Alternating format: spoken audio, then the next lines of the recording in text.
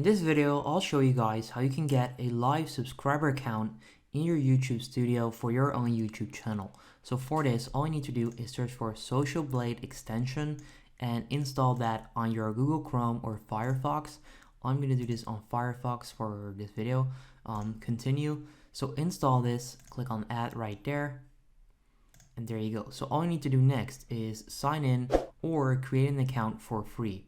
And there we go. So I just created a brand new account. All I'm going to do now is refresh my YouTube studio, and then I should be able to get a live subscriber account in my studio. So for that, you want to scroll down, and then right there you'll find the extension live subscriber account. If you click on that, you'll see that this is actually a live subscriber account.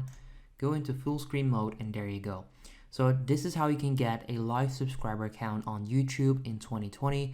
If this quick video helped you out, leave a like on the video. I would appreciate that, and then I'll see you in the next video. Have a good day.